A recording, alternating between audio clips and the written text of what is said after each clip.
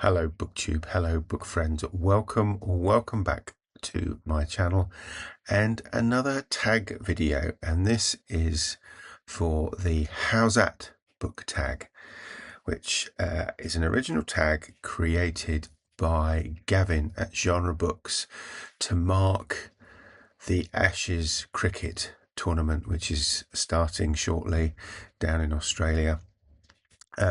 This was, as I say, created by Gavin, and I was tagged by Gavin.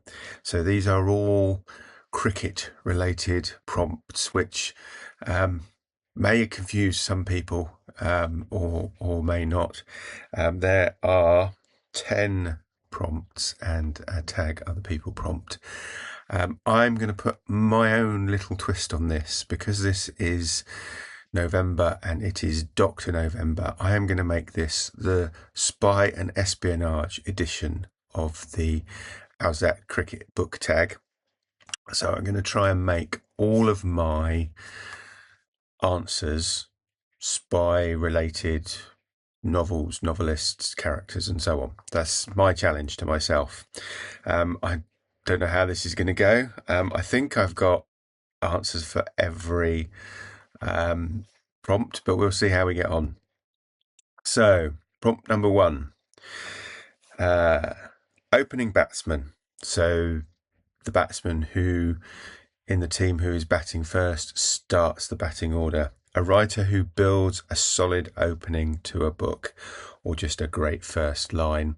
So an opening batsman needs to be somebody who hopefully can score a lot of points at the start of the first innings. And I am going for Mick Herron, so the author of the Slough House series. I found that the vast majority of his books that I've read, particularly in the Slough House series, always start with a cracking opening scene. The very first book, Slow Horses, has a brilliant opening. It seems to be an operation that goes awry, and it explains how one of the characters ends up a slow horse. So a slow horse, if you don't know, are basically spies who didn't cut the mustard but for whatever reason can't be fired, and they are sent to Slough House, which is the kind of the last saloon for useless spies, basically, for MI5. And in Slough House books, there is always also a really good opening description of the building itself. So it's a slightly run down, multi-story, sort of 3-4 story building, which is seen better days. You would not from the outside expect it to be the home to any spies, let alone the characters who are there. So he always writes great descriptions of that particular building from different perspectives. So if you were a ghost or a fly or the wind or whatever it happens to be. So yeah, that's my opening batsman, Mick Herron. Prompt number 2, opening partner. So the other batsman who starts with the opening batsman. A writer who you've built a relationship with over time. For this, I'm going for Craig Thomas. I've mentioned him on the channel numerous times. He has always delivered for me. Unfortunately, he didn't write all that many books, and I have read pretty much all. I think there are a couple that I haven't read, that I'm kind of holding off reading on the basis that I almost don't want to finish, all of his books. So, then I just have to reread them, I guess. But yeah, so I'm going for Craig Thomas as the opening partner, particularly the Aubrey and Hyde series, which I just think are brilliant, underrated spy stroke techno thrillers. So yeah. Prompt number 3, first change. Imagine you have finished a book you did not enjoy. or DNF a book? Who is the dependable author you will turn to who won't let you down? Again, another author who I mention fairly regularly on the channel, and that's Alistair MacLean. He mostly writes thrillers, doesn't write that many spy thrillers, but in this case, this is one of his spy thrillers. This is The Last Frontier. He's kind of one of my comfort reads if I need a book to, avoid a slump or whatever. So yeah, for first change at Batsman, I would go with Alistair MacLean. Prompt number 4, middle order. What are the last 3 books you've read that, were you to mark them out of 5, would get a definite 3? So a middle of the road. I think this is a bit difficult.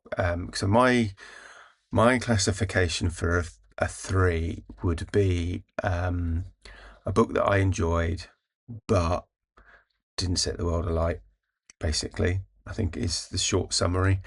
So not fantastic, probably not a book I'll reread, possibly a book that might go to the book exchange box next time I'm going that way, and certainly it's not something that I'm gonna sit and rave about on booktube very much. So my 3 books are Barboos by my namesake, and I'm going to mention that in connection with the answer to the next prompt as well. The Odessa File by Frederick Forsyth.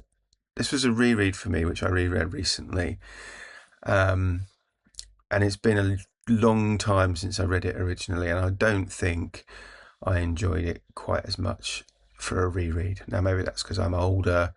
I know a bit more about the background to the book. I don't know, but it was only I could only really give it 3 stars. And then finally, The Riddle of the Sands, which I thought was a really good book, but it did plod. It was a bit drawn out. And although I think the storyline is pretty fantastic, the actual execution of it wasn't great, so it only got 3 stars from me. So those are my 3 middle order batsmen. Related to that, prompt number 5, Wicket Keeper. Tell us about a strong or eccentric character. Now I've gone for a character from Barboos who is the eponymous. So a Barboos is a French term given to a spy who is known as a greybeard, who was set up to try and counteract the OAS, the secret army that developed in the Algerian War, and the Barboos or greybeard that I'm thinking of in this particular instance is Charles Pole, who is a character in that book, who is literally larger than life, both in physical stature and character. And yeah, he's a bit eccentric. He'll walk up the middle of a street when there's basically a war going on around him. He's just, eccentricity is a bit out there. So he was the highlight of that book, probably. He is the kind of lead character in that series as well. So yeah, I'm going for Charles Pole for The Wicket Keeper. 6, all-rounder. A writer who you think is excellent in multiple genres. So this is the person who can bat and field, be a wicketkeeper, be a bowler, basically take on any role and be reasonably or very good at it. And for this I'm going for Ian Fleming, because although he's remembered for writing James Bond, he also wrote Chitty Chitty Bang Bang. He also writes quite a few travel novels, or non-fiction travel books.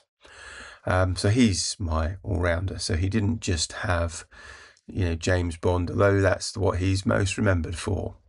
He did write other things as well. So, he was a journalist after the war, and he wrote a lot of stuff that wasn't James Bond. 7, Spinner, a writer who completely bamboozled and deceived you with a plot twist. So in this instance, we're talking about a spin bowler who can deliver a ball that doesn't do what you are expecting it to do. And for this, I am going for Len Deighton's Berlin Game, because this has a twist in it that I don't think you see coming. I certainly didn't when I first read it. I can't tell you what the twist is because it will spoil not only this book but subsequent books as well. But trust me, there is an unexpected twist in this book that goes on, because if you don't know, Berlin Game is a trilogy. Berlin Game is the first book in a trilogy of trilogies. So there's the Game, Set, Match, Hook, Line, Sinker, Faith, Hope, Charity series, which all have the same kind of set of recurring characters, more or less. And there is a twist in this book that plays out through that entire series. So yeah, that's my spin bowler, Len Deighton and Berlin Game. Fast bowler. Tell us about a writer where you rate their short stories above their novels. Now, this was kind of difficult for me because I think a lot of the spy authors I read write solid novels. And also a lot of them don't write a lot of short stories, so they're not kind of split across the two formats. But I am going to go for Eric Ambler, purely because I think he writes really good spy fiction and novels, but he also writes really good short stories as well. So he's going to be my choice. I struggle to find anybody else who has written enough short stories that I could kind of say, yeah, actually, this author. And that's maybe a limitation to my, making this the spy edition. Chin Music, a book with a brutal or visceral scene that left scars. I'm going for a very recent read, and that's The Lantern Network by Ted Albury. This was a new to me author, literally new to me author, and I picked this book at random after a recommendation, and it was absolutely fantastic. It's The Lantern Network, and there is a scene fairly close to the beginning of the book which kind of sets up the story,